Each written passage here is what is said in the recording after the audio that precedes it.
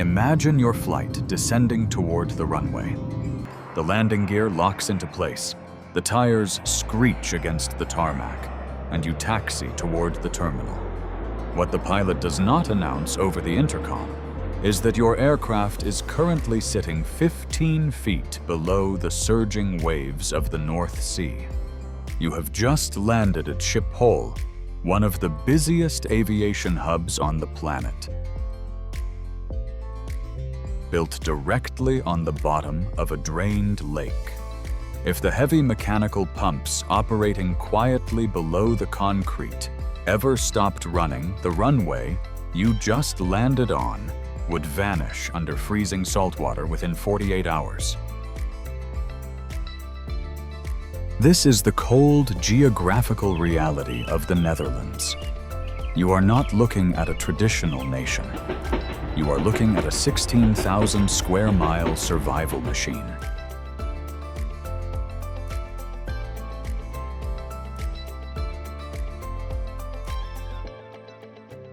When you look at an elevation map of this region, the truth is entirely uncompromising. About a quarter of the country lies below sea level, and nearly 60% of its land surface is vulnerable to flooding. Yet more than 18.1 million people sleep soundly in their beds, here every night. They commute on sunken highways, construct heavy industrial sectors, and run a highly efficient, roughly $1.45 trillion economy on land that nature never intended to exist.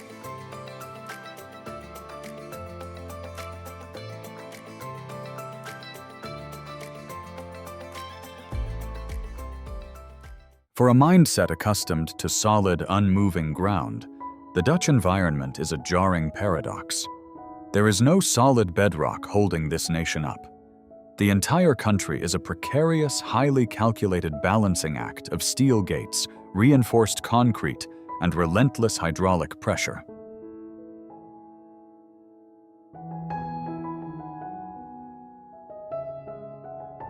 The ocean is not a scenic backdrop here. It is an active, aggressive enemy. It constantly presses against the dikes, seeping upward through the porous ground, relentlessly searching for a single structural weakness. Across large parts of the country, farmland suburbs, highways, and entire city districts exist only because water is constantly measured, redirected, pumped, and held back by human design.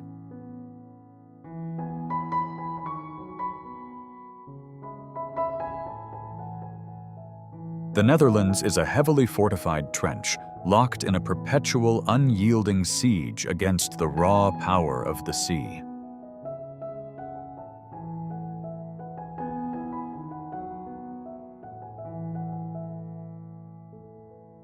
There is no margin for error. If the power grid fails, or if the national pumping network breaks down, the ocean will simply reclaim its territory, swallowing cities whole.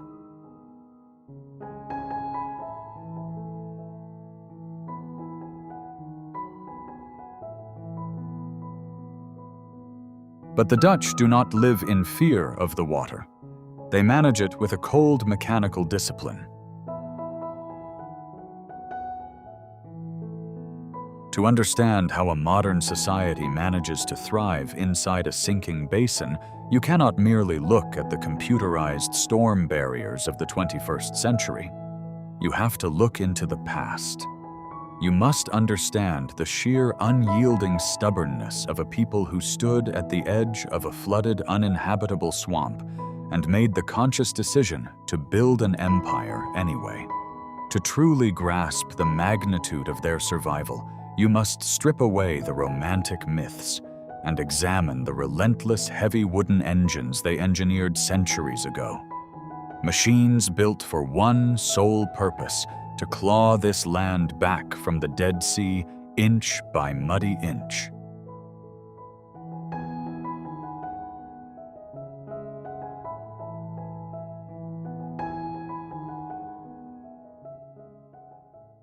When you see a picture of the Netherlands, you almost certainly see a windmill spinning lazily in a field of tulips.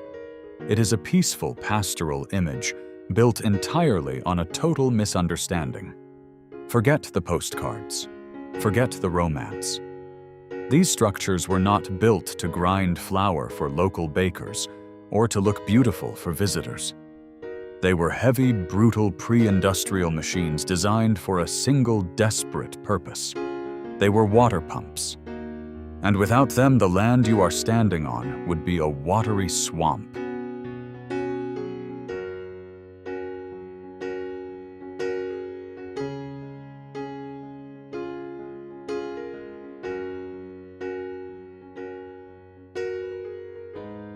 To understand the sheer scale of this engineering, look at the network of 19 massive wooden towers at Kinderdijk. Built in the 1700s, these are not monuments to agriculture. They are the remnants of a highly coordinated defensive front line against the sea.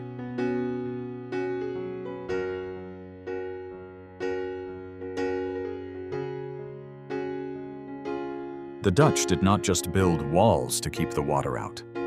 They had to figure out how to physically remove the water from the land that was already submerged. This gave birth to the polder system. A polder is simply a low-lying tract of land enclosed by dikes, where the water level is artificially controlled.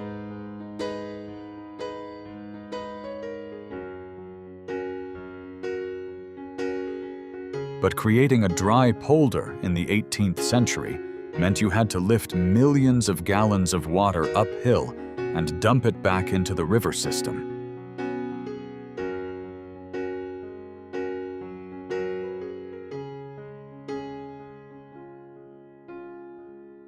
This is where the famous windmills came in.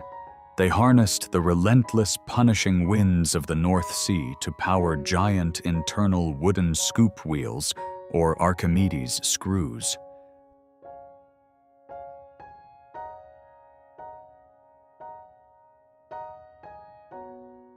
Because a single windmill could only lift water about 4 to 5 feet, the Dutch engineered a brilliant stepped system.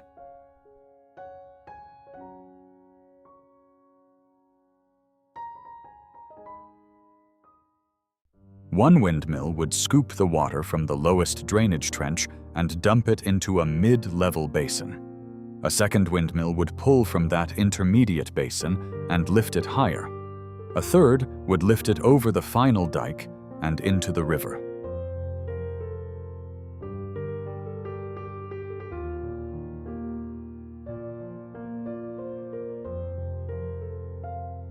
It was an endless, grueling bucket brigade powered by heavy canvas sails and massive grinding wooden gears. The men who lived inside and operated these machines, known as millers, were essentially heavy machinery operators. They worked in deafening, dangerous conditions where the entire wooden structure would shake and groan under the immense torque. A caught sleeve in the giant wooden cogs meant losing an arm or worse.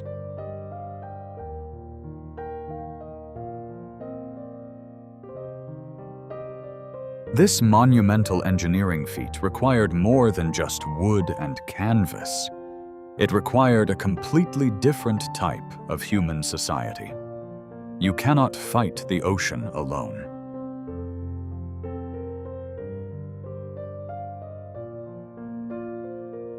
By the 13th century, long before they had a formal national government, the Dutch formed the waterschappen, which translates to the water boards. These were regional councils dedicated purely to water management. They stand today as the oldest democratic institutions in the country. Citizens paid heavy taxes, not to a monarch sitting in a distant castle, but directly to the local water board to keep the mechanical pumps running and the earthen dikes reinforced. The rules enforced by the water boards were absolute and strictly merciless. Survival in this basin was a collective responsibility. If a farmer owned land next to a dike, it was his strict legal duty to maintain his specific section. Inspectors would ride the perimeter regularly.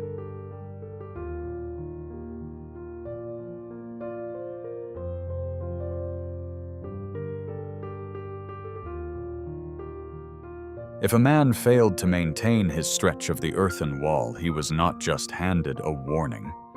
In the early days, his property could be immediately confiscated, or he could be exiled from the region.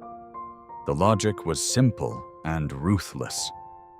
The freezing salt water does not care about your property lines. If your section of the dike breaches my farm, drowns too.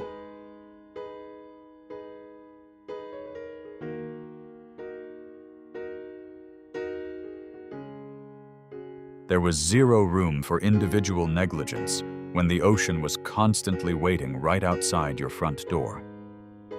This ironclad social contract, forged in the mud and freezing rain, became the absolute foundation of the modern Dutch mindset. You work together, you pay your taxes for the heavy pumps, or everybody sinks.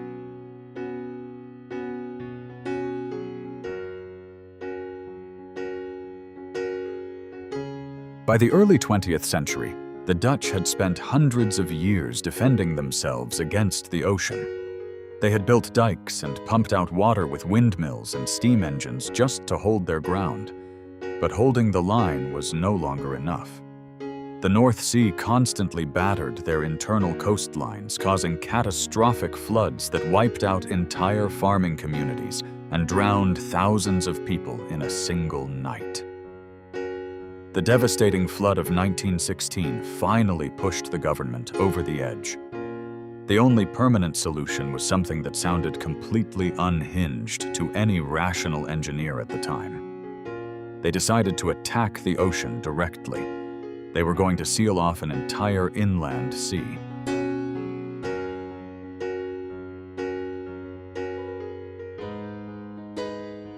The Zuiderzee was a massive, violent inlet of the North Sea that tore right into the heart of the Netherlands. In the 1920s, the Dutch government mobilized a mechanical army to build a wall straight across the mouth of this sea.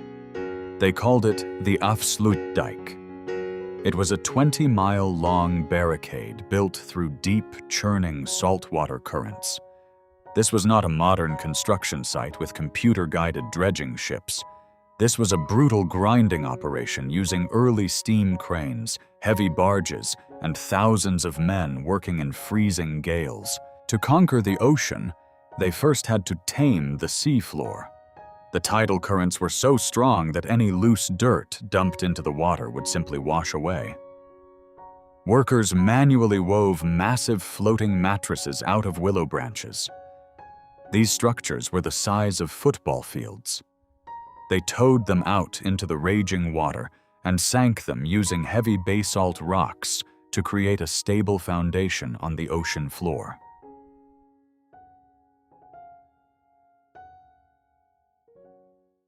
Once the foundation was set, fleets of barges dumped 30 million cubic meters of sand and dense glacial clay on top of the willow mats. Day after day, the wall grew. As the gap narrowed, the tidal currents rushing through the remaining opening became increasingly violent, tearing at the raw clay.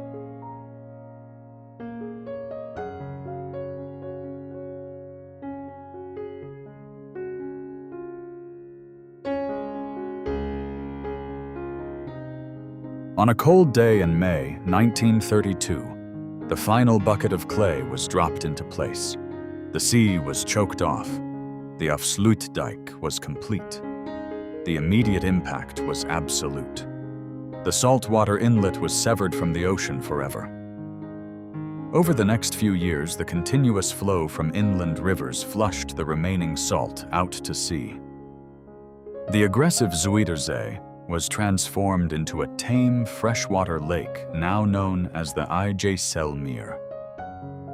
This provided a massive new reservoir for drinking water and agriculture, but it came at a heavy price.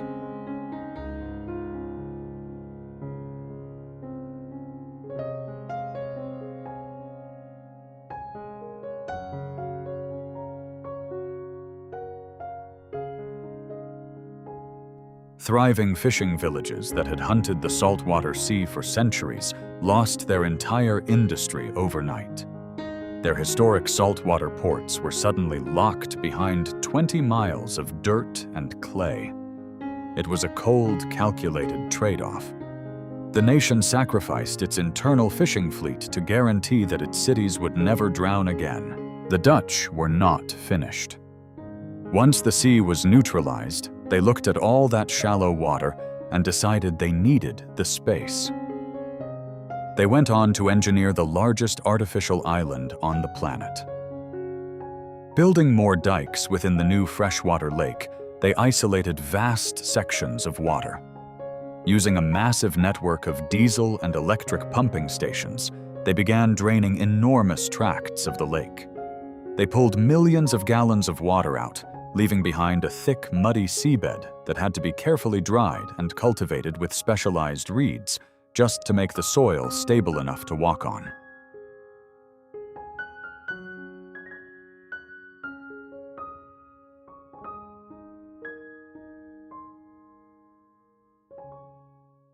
They called this new land Flevoland. It is an entirely new province born completely from the ocean floor. This was a monumental undertaking that took decades to finalize. Today, hundreds of thousands of people live, work, and drive on highways in Flevoland. You can stand in the middle of a sprawling modern agricultural field and know you are standing where heavy naval galleons sailed just a lifetime ago. Farmers plowing their fields in this province frequently unearth rusted anchors, iron cannons, and entire wooden hulls of 17th century shipwrecks buried in the dirt. It is a surreal daily reminder that the solid ground beneath their feet is entirely unnatural.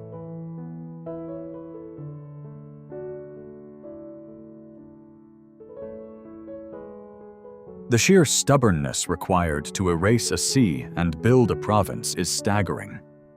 The Netherlands essentially rewrote its own geography through heavy industry and relentless physical labor. They recognized that the water would never stop trying to destroy them, so they mechanized their survival. The Afsluitdijk still stands today, holding back the raw power of the North Sea, while heavy trucks and commuter cars travel across its spine. It is a 20-mile-long monument to a nation that refused to accept the map as nature drew it.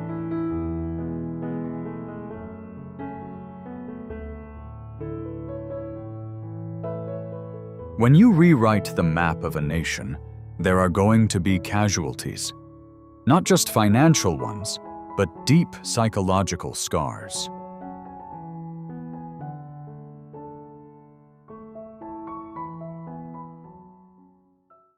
For centuries, the Zuiderzee was a violent body of water, dotted with small, isolated islands. Two of these islands, Schokland and Urk, represented the absolute extremes of human stubbornness.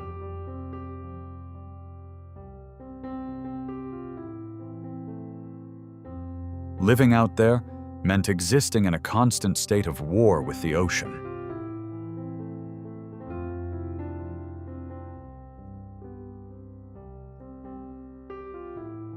Take Schokland. It was barely a strip of peat and clay constantly chewed away by winter storms. The people who lived there huddled on small artificial mounds, watching the North Sea swallow their land meter by meter. It was a miserable, freezing existence.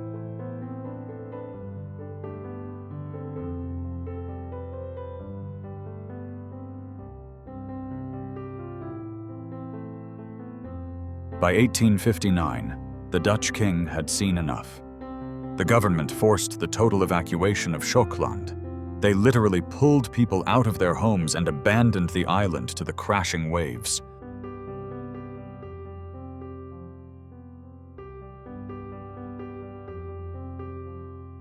Urk was a completely different story.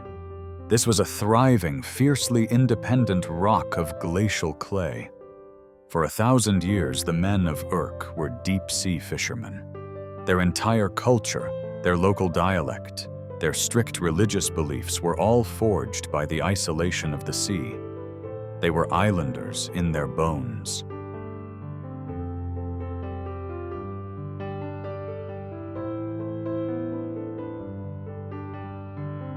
A boy born on Urk knew the rigging of a fishing cutter before he knew how to walk. The ocean was their livelihood, their highway, and often their grave. Then the 1940s arrived, and the Dutch government unleashed their massive land reclamation project. The engineers built the heavy dikes, and the massive diesel pumps kicked into gear. The water around Urk did not just naturally recede. It was systematically drained away over grueling months.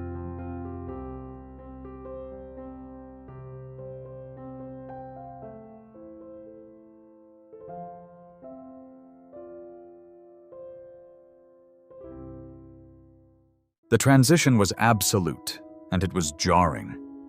Men who had spent their entire lives reading the tides and navigating treacherous saltwater currents woke up one morning to find their boats sitting in thick mud.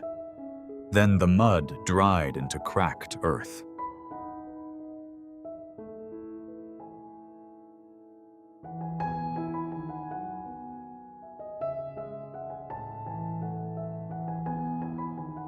Within a few years, the endless gray horizon of the North Sea was replaced by an endless green sea of agricultural fields.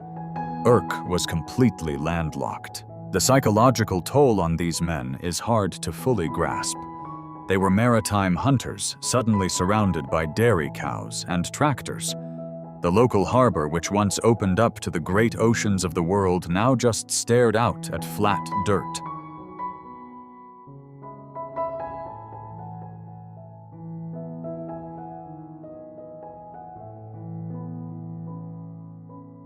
The government offered them farmland, but you cannot take a man whose family has sailed for 10 generations and hand him a plow. It was an insult to their bloodline.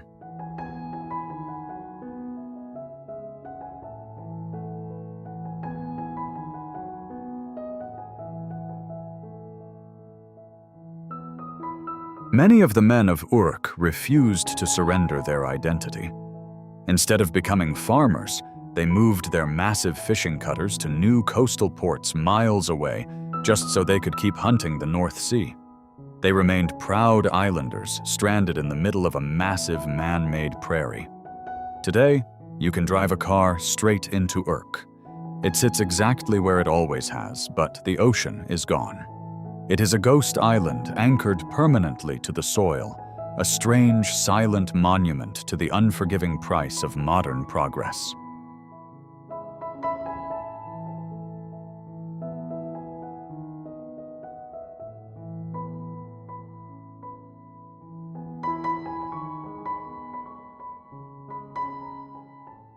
January 31st, 1953.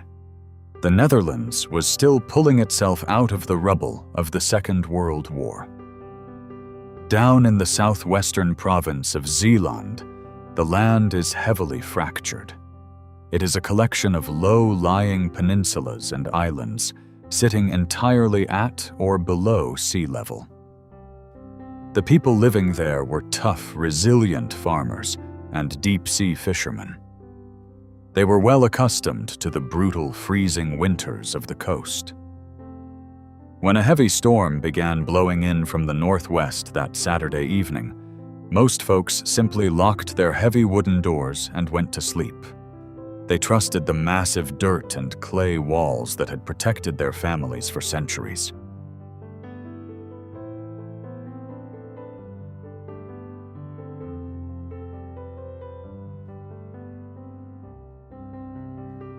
But the ocean was setting a massive geographical trap. A hurricane-force storm system stalled directly over the North Sea. The relentless winds pushed an enormous wall of water straight toward the Dutch coast.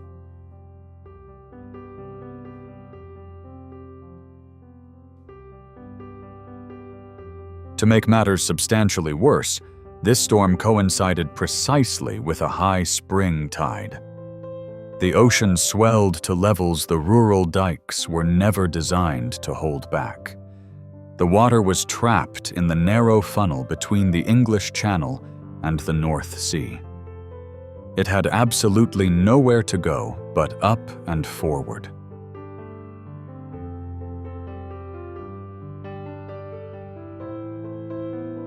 By 2 in the morning on February 1st, the ocean began overtopping the coastal defenses. Water poured down the inland side of the earthen walls, tearing away the dry clay and dirt. Once the structural integrity was compromised, the dikes did not just leak. They detonated. Massive sections of the defensive walls ruptured completely under the sheer crushing weight of the sea. Millions of gallons of freezing saltwater roared into the sleeping farming communities of Zeeland.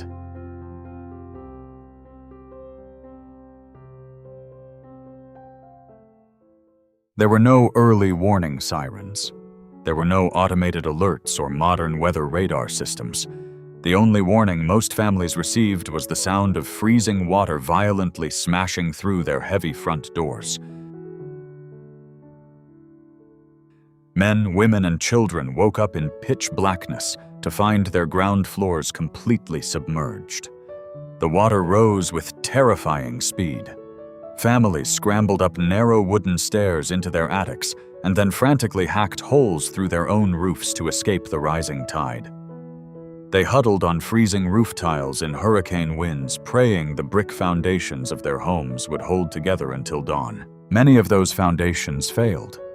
The force of the incoming surge was like a continuous artillery bombardment. Entire farmhouses were lifted off their bases and swept out into the raging dark water. People clung to floating debris, fighting off hypothermia in water that was barely above freezing. The storm was so intense that rescue boats could not launch and military airplanes were completely grounded.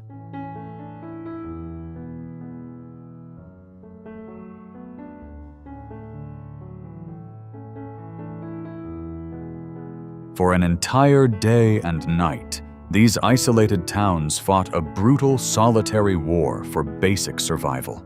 When the storm finally broke, the damage was staggering to witness. The sheer scale of the destruction looked exactly like the heavy bombing raids they had barely survived a decade earlier.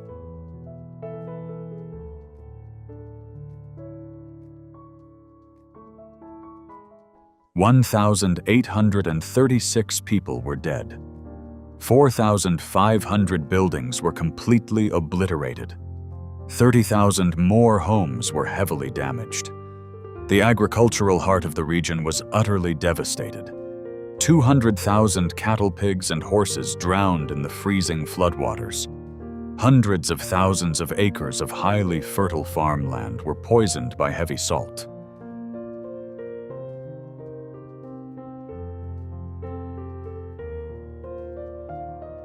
Zeeland was practically erased from the map overnight.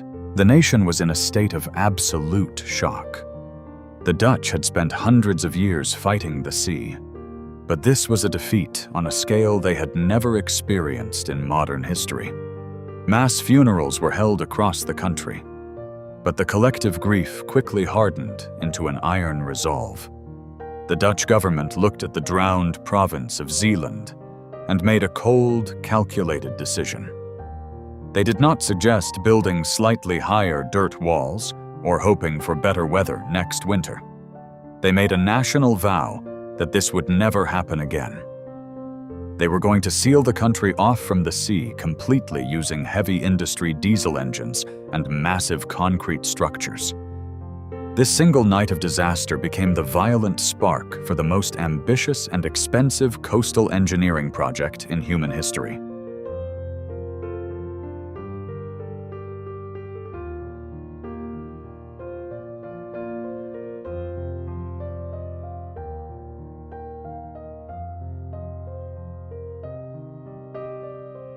The 1953 flood taught the Dutch a brutal lesson. Dirt and clay were no longer enough. If they were going to survive on the edge of the North Sea, they needed something far more resilient than traditional dikes. They needed a fortress. But this presented a massive geographical problem. You cannot just wall off the entire coast. If you dam every river and block every estuary, you effectively kill your own economy. You choke off the port of Rotterdam, which serves as the economic beating heart of Europe. You also destroy a centuries-old fishing industry. So the engineers had to devise something unprecedented. They had to build a wall that could open and close.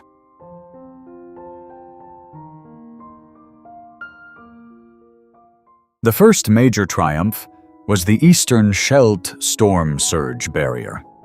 It is an absolute monster of concrete and steel, stretching over 5 miles across open water. Originally, the government planned to just build a solid dam. But local fishermen pushed back hard. They needed the saltwater tides to flush in and out to keep their lucrative oyster and mussel industries alive. So the engineers completely pivoted. They constructed 65 massive concrete pillars. Some of these pillars are the size of a 12-story building. They built them on land, towed them out into the ocean, and sank them perfectly into the shifting seabed.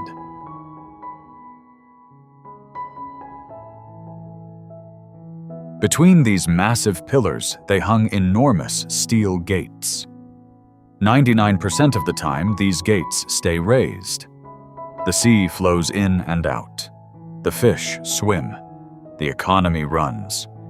But when the North Sea turns, violent hydraulic cylinders the size of school buses slam those gates down, locking the ocean out.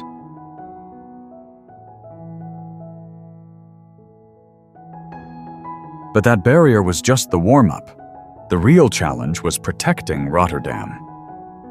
Rotterdam is not just a city. Its wider urban area is home to about 1 million people, and the broader Rotterdam, the Hague metropolitan region, holds nearly 2.4 million. But its real weight is not measured only in population.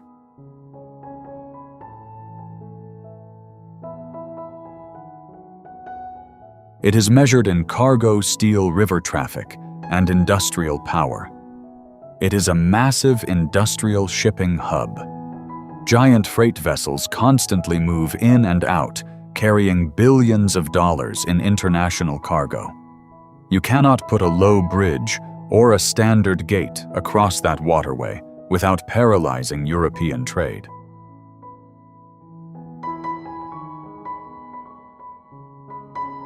The solution was the Maislandkering. It is not just a wall. It is a dynamic, moving steel fortress. To understand the scale, picture the Eiffel Tower. Now build 2 of them out of high-grade, heavy steel. Lay them flat on the ground, one on each side of a massive river. That is exactly what the Maislandkering is. 2 colossal steel gates waiting silently in dry docks on the riverbanks.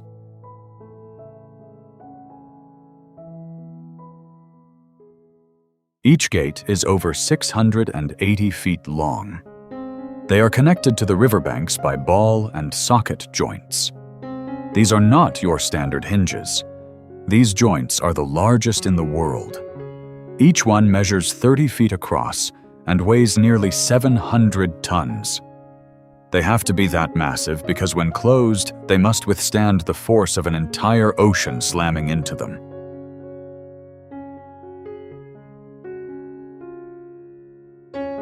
When a major storm surge is detected, the lockdown sequence begins. But here is the most fascinating part of the entire operation. No human makes the call. The entire sequence is controlled by a standalone supercomputer. The Dutch engineers realized early on that in a catastrophic emergency, humans hesitate. Politicians debate. Port authorities argue about the millions of dollars lost for every single hour the shipping lane is closed. The computer does not care about money or politics. It only reads the water levels and the incoming weather data.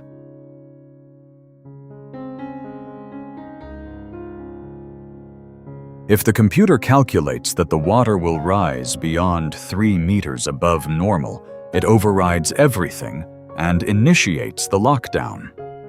Human intervention is entirely removed. First, the dry docks holding the gates flood with water. Because the massive steel gates are hollow, they become buoyant and begin to float. Then heavy robotic engines slowly swing these floating steel walls out into the middle of the roaring river.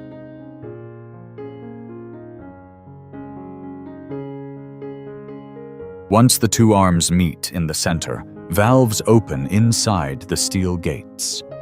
Thousands of tons of river water rush inside the hollow steel chambers. The gates instantly lose their buoyancy and sink heavily to the concrete riverbed.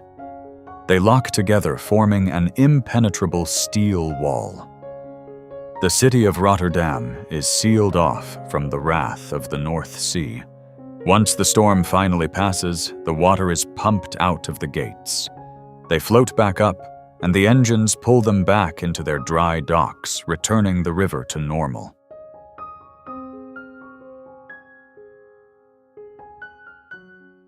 The Dutch spent nearly $700 million on the Maaslandkering alone, and billions more on the broader Delta Works project. It is a monumental machine that sits completely idle almost every single day of the year.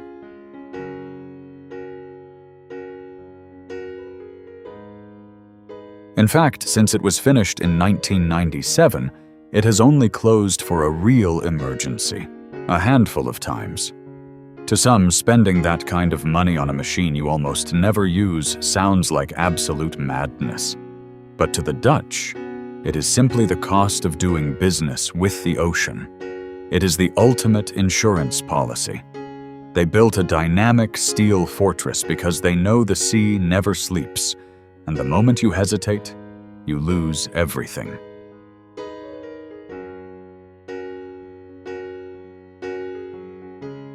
May 14th, 1940.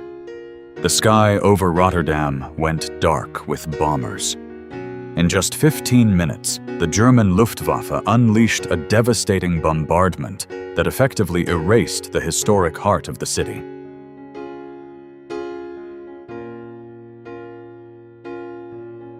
Centuries of narrow medieval streets, classic Dutch canal houses and generational homes were reduced to absolute rubble and ash. Nearly 900 people died, and 80,000 were left instantly homeless. But when the fires finally burned out, and the war eventually ended, the Dutch government and local citizens faced a massive choice. Many ruined European cities decided to painstakingly reconstruct their old historic centers exactly as they had been.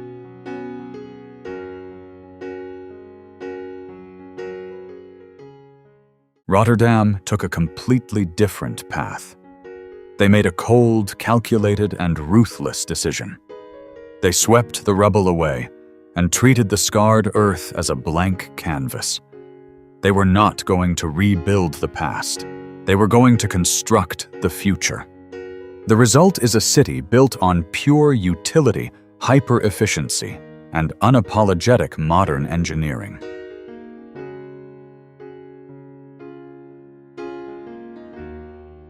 Rotterdam does not look like the rest of the Netherlands. There are very few quaint historic facades here. Instead, you are met with wide avenues designed for heavy traffic, solid concrete, and towering steel. This is a working city.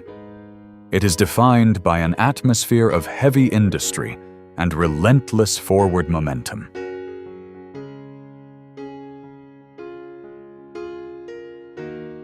The skyline is dominated by the Erasmus Bridge. Spanning over 2,600 feet across the Maas River, this asymmetrical suspension bridge is held up by a single 450-foot steel pylon. Locals call it the Swan, but there is nothing fragile about it. It is a massive, heavy-duty artery designed to handle thousands of cars, trucks, and trams every single hour, keeping the economic engine of the city running without a single hitch.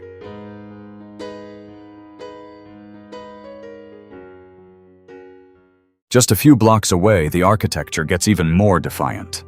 In the 1980s, architects decided to push the absolute limits of urban housing by designing the cube houses. These are not standard square apartments. They are massive yellow boxes, tilted at exactly 45 degrees, resting on top of hexagonal concrete pylons. The design challenges every traditional rule of gravity and spatial engineering. Walls and windows slant at aggressive angles, making standard furniture entirely useless.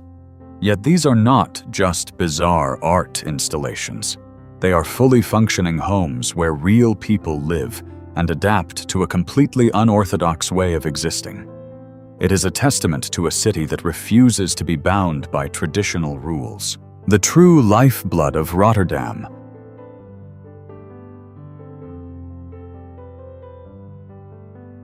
Lies far beyond its residential streets. Stretching nearly 25 miles from the city center, straight out into the freezing waters of the North Sea, the port of Rotterdam is a logistical leviathan. It is the undisputed heavyweight champion of European trade and the largest seaport outside of Asia. The scale of this operation is staggering to witness. In 2025, the Port of Rotterdam handled 428.4 million tons of cargo, making it not just a harbor, but the industrial gateway of Europe. Tens of thousands of massive ocean-going vessels navigate the deep water terminals. These terminals were meticulously dredged to accommodate the largest superships on the planet vessels, so massive they cannot even fit through the Panama Canal.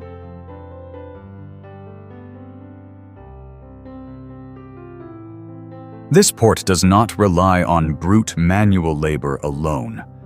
It is a highly automated, hyper-efficient machine.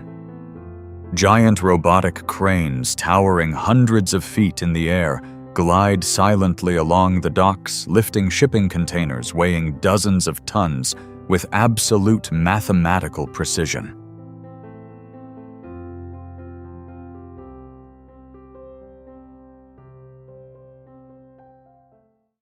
Automated guided vehicles carry these containers across the massive asphalt yards, controlled entirely by algorithms and supercomputers. Diesel engines roar alongside the deep hum of massive electric motors operating 24 hours a day, 7 days a week, 365 days a year. This is the industrial gateway to an entire continent. The steel and ash of 1940 have been completely transformed into the ultimate engine of modern global commerce.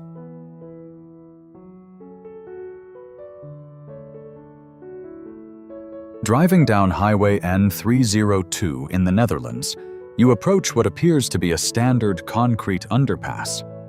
But as you get closer, the visual logic completely breaks down.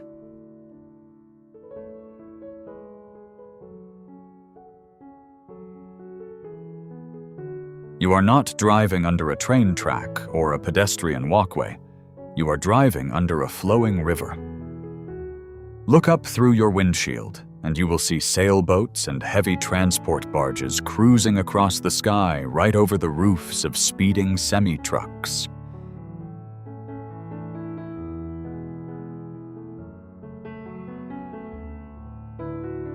It is a striking anomaly that immediately makes you question your own eyes. This is the Veluwemeer Aqueduct. While the rest of the world builds bridges over water, the Dutch, in their relentless pragmatism, decided to build a water bridge over a highway.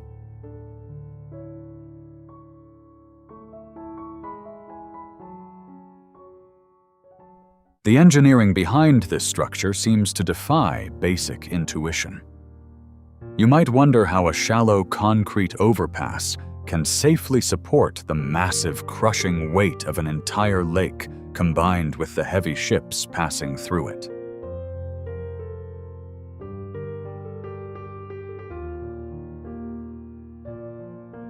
The secret lies in pure physics. The volume of water inside the aqueduct is strictly controlled and always remains constant. Whenever a heavy steel vessel sails onto the bridge, it displaces a volume of water exactly equal to its own weight. That displaced water simply spills outward into the surrounding lake.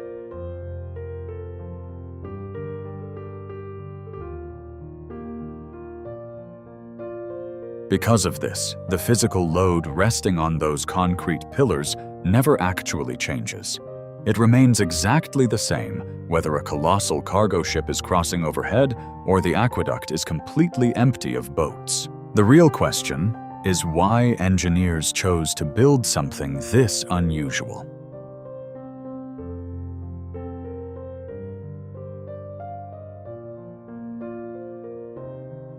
During the design phase in the late 1990s, the local government faced a massive logistical headache.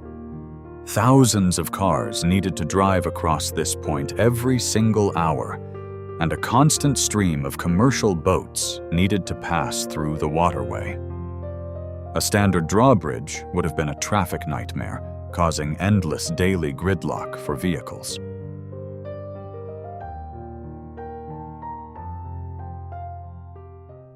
Conversely, burying a traditional highway tunnel deep under the lake bed would have been incredibly expensive and highly difficult to maintain due to the extremely high groundwater levels. The Dutch government demanded a solution that allowed continuous flow for both road and water traffic without breaking the bank. Engineers crunched the numbers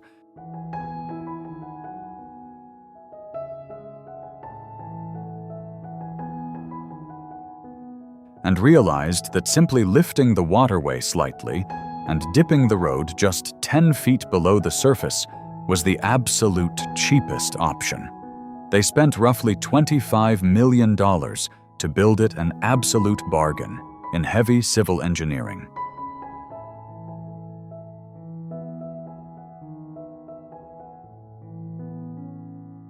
Today, nearly 30,000 vehicles pass underneath this water bridge every day without hitting their brakes, while boats glide silently above. It is the ultimate display of a society where efficiency completely overrules convention.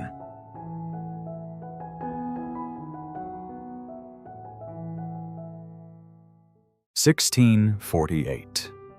The Dutch decided to construct a city hall that would rival the greatest palaces in Europe.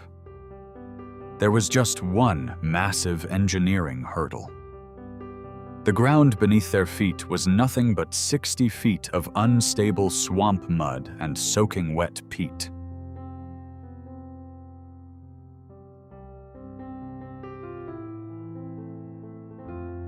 Building a colossal stone fortress on top of a giant sponge defies every basic rule of civil engineering. But the Dutch refused to let soft geography dictate their ambitions. They realized that if they drove wooden poles straight down through the muck, they would eventually hit a solid layer of hard, compressed sand. For the royal palace alone, construction crews drove exactly 13,659 wooden piles into the earth.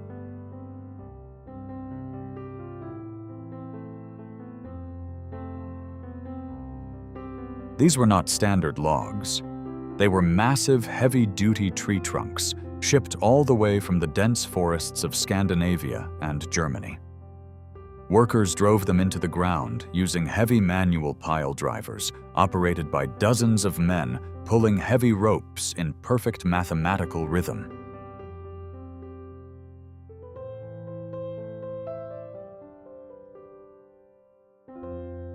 Today, the entire historic center of Amsterdam rests on a completely submerged forest. Hundreds of thousands of ancient timber poles hold up the brick merchant houses, the massive churches, and the central banks. It is a brilliant structural system with one fatal catch. The wood only survives if it remains entirely underwater.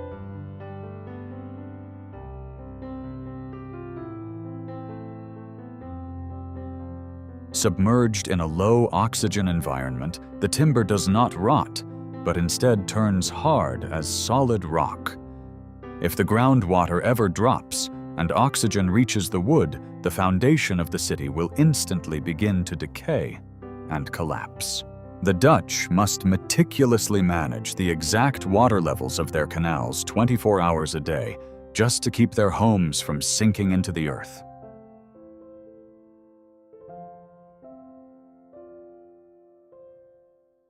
Those canals weaving through the city center were never designed for leisurely tourist boat rides. They were excavated in the 17th century as the heavy industrial veins of the Dutch Golden Age. Amsterdam was the undisputed heavyweight center of the global spice trade operated by the Dutch East India Company, the first multinational megacorporation in human history.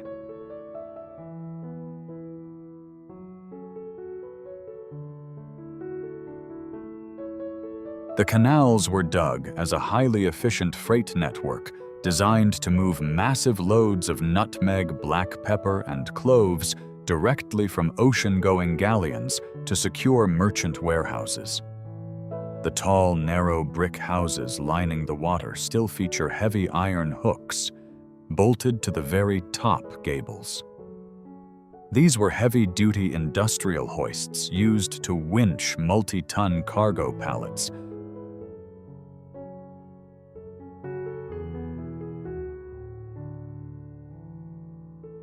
Straight from the barges up into the attic storage bays, completely bypassing the narrow residential stairs. Moving through this dense historical grid today requires navigating narrow brick streets that were absolutely never built to handle the modern automobile.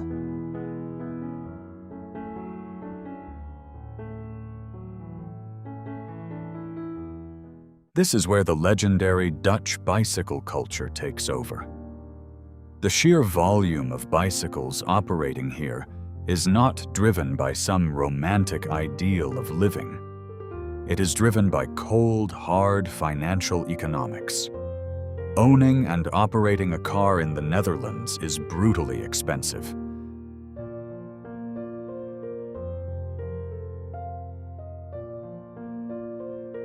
Between heavy road taxes, staggering parking fees, and astronomical fuel prices, driving a car in the city center is an absolute financial drain. The bicycle operates as a highly regulated and incredibly efficient daily transit network.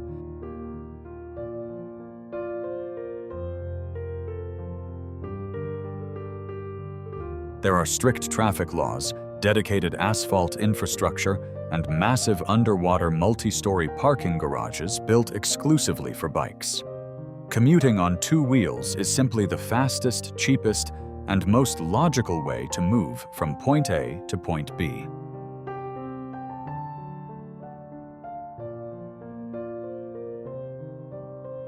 It is a strictly pragmatic solution to a complex urban geometry, perfectly reflecting a society built on utility and raw efficiency.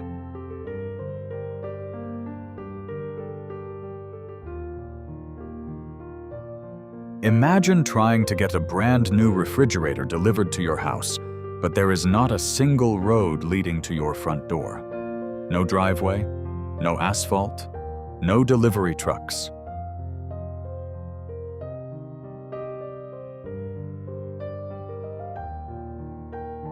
Welcome to Giethoorn. It is a village in the northern Netherlands where cars are entirely useless. The only way in or out is by water. Over 170 small wooden bridges connect a network of hand-dug canals that serve as the main highway system for roughly 2,800 residents.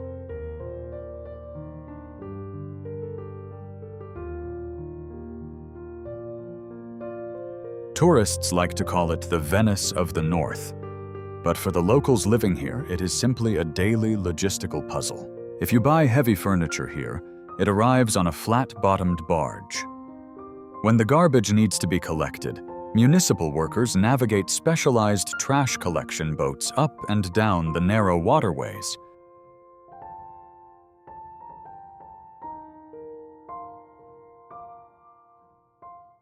Even the local postman delivers the daily mail by piloting a small motorized punt boat from dock to dock. The boats they use are equipped with what they call whisper engines. These are highly efficient electric motors designed to keep noise pollution near absolute zero. It is not about romance. It is about maintaining a functional, quiet living environment in a high-density waterborne grid.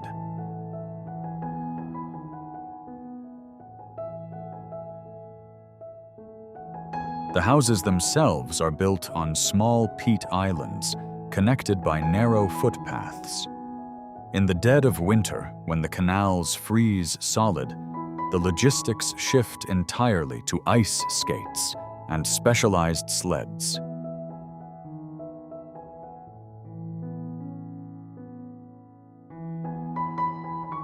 It is a brilliant display of the Dutch ability to engineer a normal daily life on top of a completely abnormal landscape. Just a few hours south of these quiet waterways lies an entirely different type of Dutch engineering: the famous flower fields of the region. Most people see fields of brightly colored tulips and think of a beautiful springtime garden.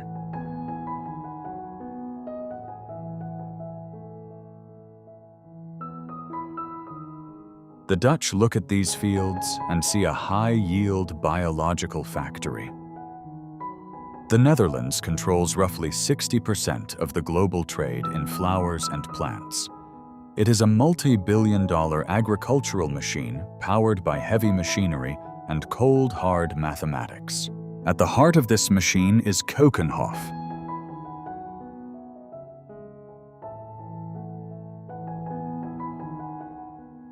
It is often billed as a massive public garden, but in reality it is the ultimate global showroom for the Dutch agricultural sector. It operates on a ruthless timeline. The gates open for exactly 8 weeks a year.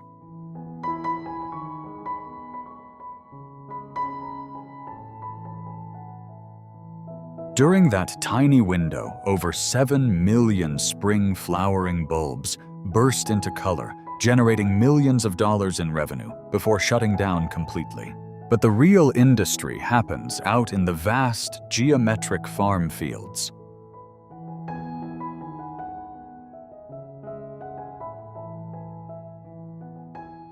Growing tulips for global export is a heavy industrial process. Farmers absolutely do not care about the beautiful flower petals. The real money is entirely in the bulb, hiding underground. To make the bulbs grow larger and stronger, the farmers deploy massive tractors equipped with specialized cutting rigs to ruthlessly chop the heads off millions of blooming tulips.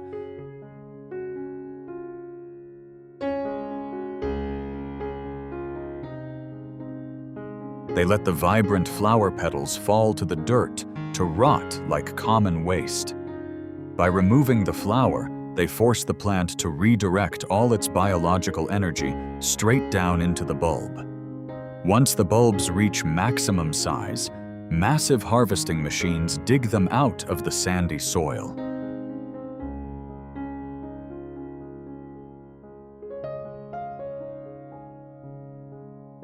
They are washed, sorted by high-speed optical scanners, dried in massive climate-controlled warehouses, and shipped across the globe in refrigerated shipping containers. It is agricultural precision, stripped of all sentimentality. A highly optimized cash crop turned into one of the most efficient biological export engines on Earth.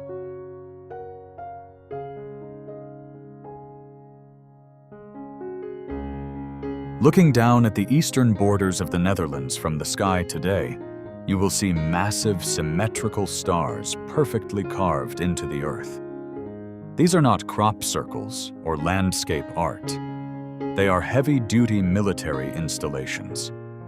Fort Bourtange and the fortified city of Naarden are surviving relics of an era where geometry was literally a matter of life and death.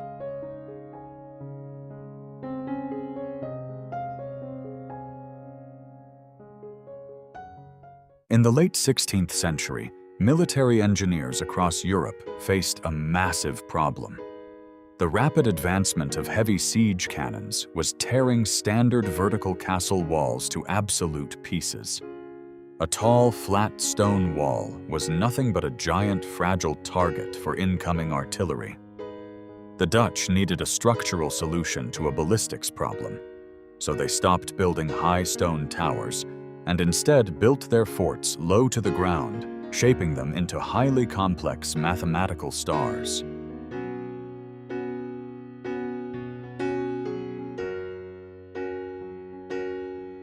This design was pure calculated military engineering. The sharp-angled points of the star bastions meant there were absolutely no blind spots or dead zones for the defending soldiers.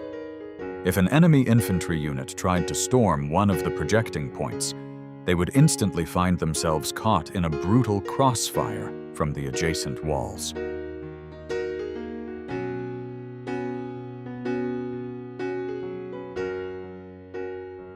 Furthermore, the defensive slopes were built of thick, packed earth instead of rigid stone.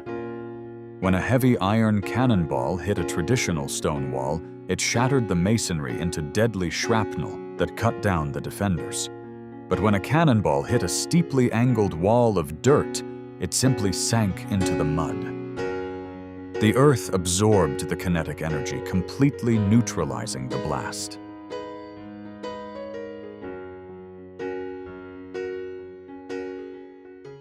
But the brilliant geometry of the star forts was only half of the overall Dutch defensive strategy. To truly defend their territory against the massive standing armies of the Spanish Empire, and later the French, they weaponized their most abundant and dangerous resource. They used water. It was a strategy of controlled, calculated self-destruction, known as the Dutch water line. When a massive foreign army approached, the Dutch did the unthinkable.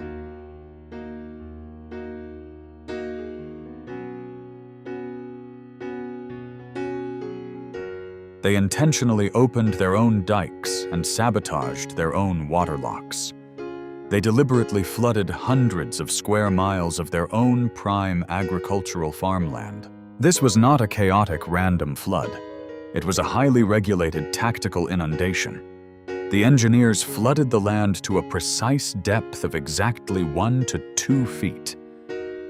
This specific depth was a stroke of military genius. The water was too shallow to allow the enemy to bring in heavy transport boats or warships.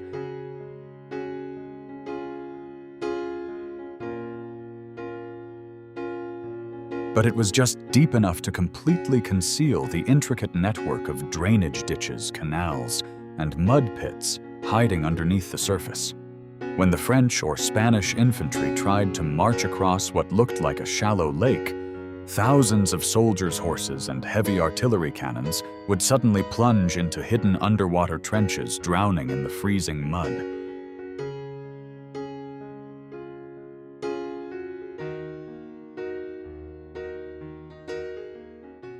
The invading armies were entirely paralyzed. You cannot march a traditional army through a hidden swamp, and you certainly cannot drag heavy siege cannons through a foot of thick, freezing sludge.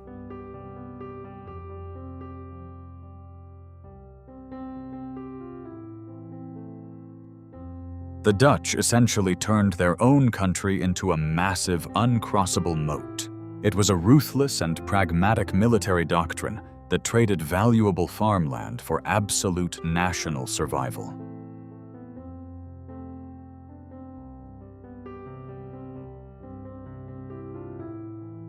The northern edge of the Netherlands shatters the illusion of a perfectly manicured country.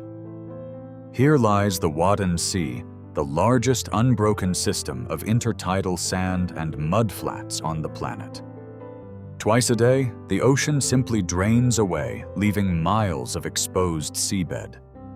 You can physically walk across the ocean floor, but you must know exactly what you are doing. The tide returns with lethal speed, moving faster than a man can sprint.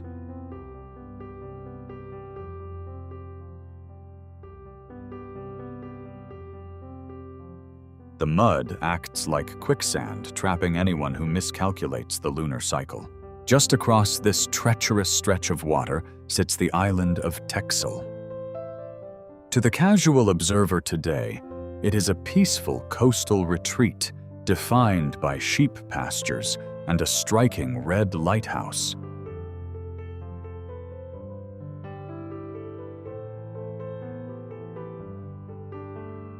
But hidden beneath the rolling seagrass are heavy reinforced concrete bunkers. During World War II, the German military turned this island into a heavily armed fortress. It was a critical link in the Atlantic Wall, designed to stop any Allied invasion from the sea.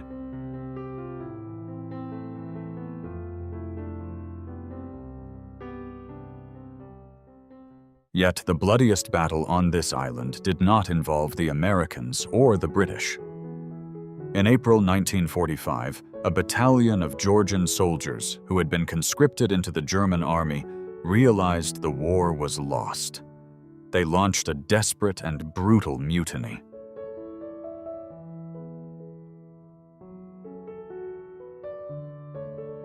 They slaughtered their German commanders in their sleep, using knives and bayonets to avoid raising the alarm. What followed was a vicious counterattack. The German command brought in heavy artillery and executed hundreds of Georgians in the sand dunes. The fighting on this tiny island was so fierce that it continued for weeks after the official German surrender in Berlin.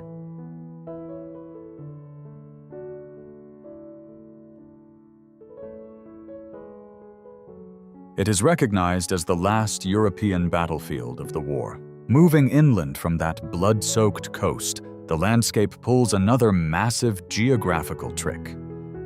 In a country famous for being a flat, wet sponge, there is a sweeping desert. This is the Hoge Veluwe. Spread across over 13,000 acres, this terrain is dominated by vast, drifting sand dunes, heathlands, and dense woodlands. It completely defies logic.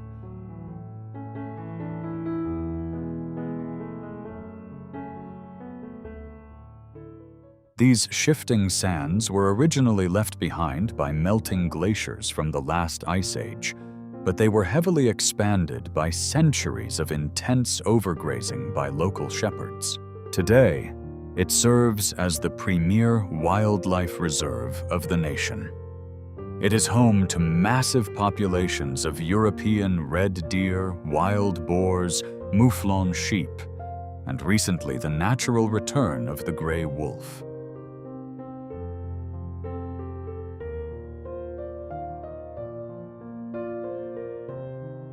But do not mistake this for untouched wilderness. The Dutch leave absolutely nothing to chance.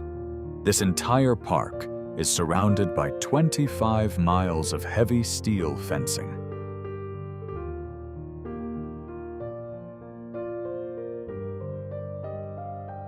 The animal populations are meticulously counted, tracked, and controlled by park wardens using advanced biological metrics. When the red deer population grows too large for the specific carrying capacity of the vegetation professional hunters,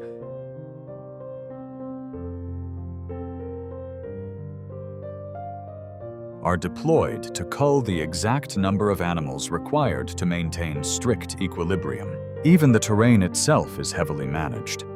The drifting sand dunes are purposefully kept bare by teams of workers who physically pull up invasive pine trees by the root to stop the forest from reclaiming the desert.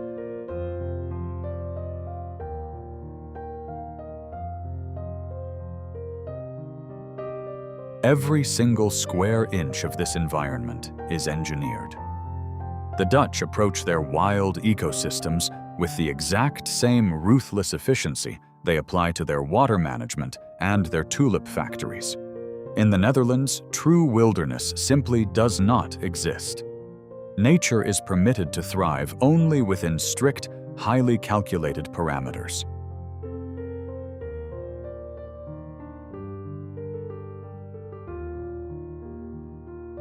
For 1,000 years, the Dutch engineering philosophy was simple and absolute. Build the wall higher, pour more concrete, hold the line. It was a brute force war of attrition against the North Sea and the swelling river deltas. But nature is a relentless adversary.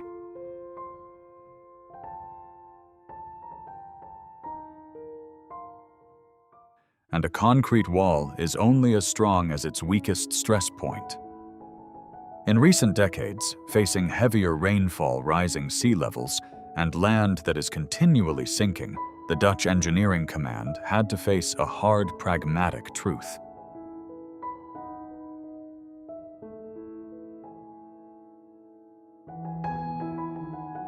You cannot beat water with static defenses forever.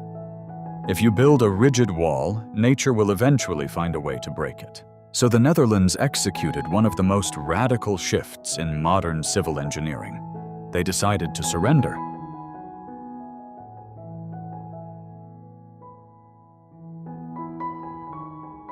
After centuries of reclaiming land from the sea, they are now giving it back.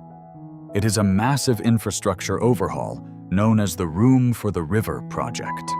Instead of constricting rivers into tight concrete channels, the government is actively buying back prime agricultural farmland, tearing down perfectly good dikes, and allowing the rivers to intentionally flood into massive designated spill zones. They are lowering floodplains, digging secondary river channels, and widening the waterways.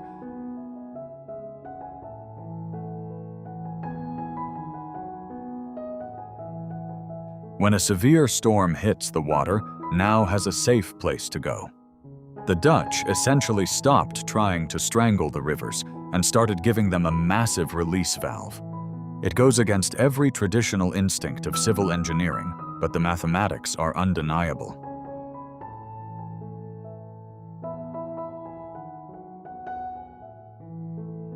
Controlled flooding is infinitely cheaper and safer than a catastrophic dam failure. This philosophy of working with the enemy extends to the coastline as well. The traditional method of protecting the beaches involved sending out dredging ships every single year to dump fresh sand onto the eroding coastline.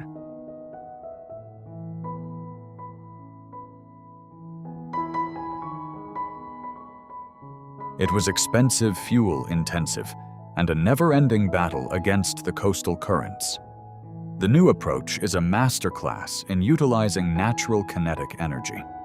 Off the coast of South Holland, engineers dumped a colossal artificial peninsula of 28 million cubic yards of sand directly into the ocean. They call it the sand motor.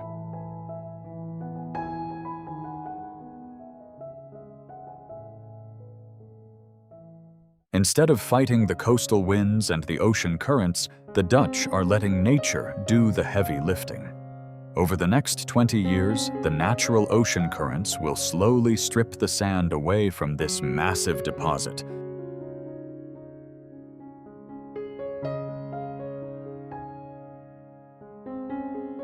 And perfectly distribute it along 13 miles of coastline. The wind physically blows the sand inland to naturally reinforce the dunes. It is a brilliant display of practical problem-solving. The Dutch are using the very forces that threaten to destroy them, the wind and the ocean currents, to physically build their own coastal defenses.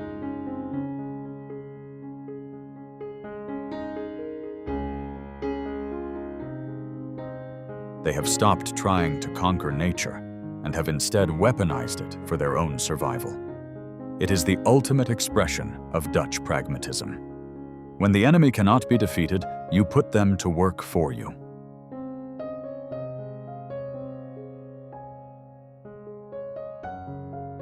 Geographically speaking, the Netherlands simply should not exist. You have massive international airports operating 14 feet below sea level. You have dense historic cities with towering cathedrals resting entirely on sinking swamp mud. By every natural law of topography, this entire landmass belongs at the bottom of the North Sea. Yet it stands.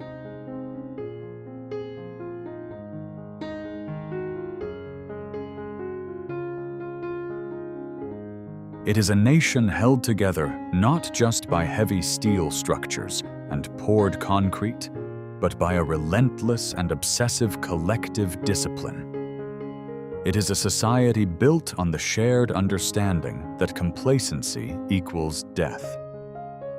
A single point of structural failure anywhere in the grid means total catastrophe. The true engineering miracle of this country is not that they fought the sea and won a final victory centuries ago. That is a romantic myth. The reality is far more grueling and far more impressive.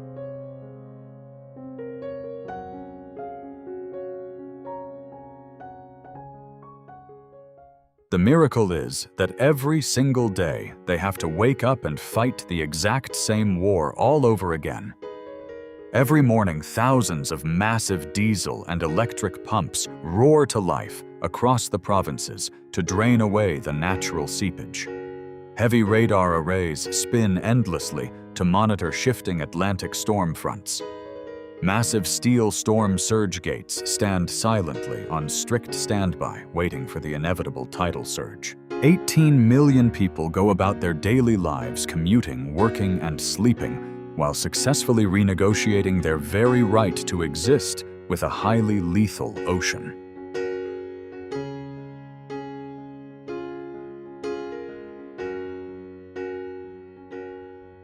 It is a daily standoff achieved through pure mechanical force, historical grit, and an unwavering national vigilance. If you want to see how another nation turned cliffs, oceans, earthquakes, and empire into one of Europe's most dramatic survival stories, click the video on screen to explore Portugal next. Stay curious, stay disciplined, and subscribe for more impossible places.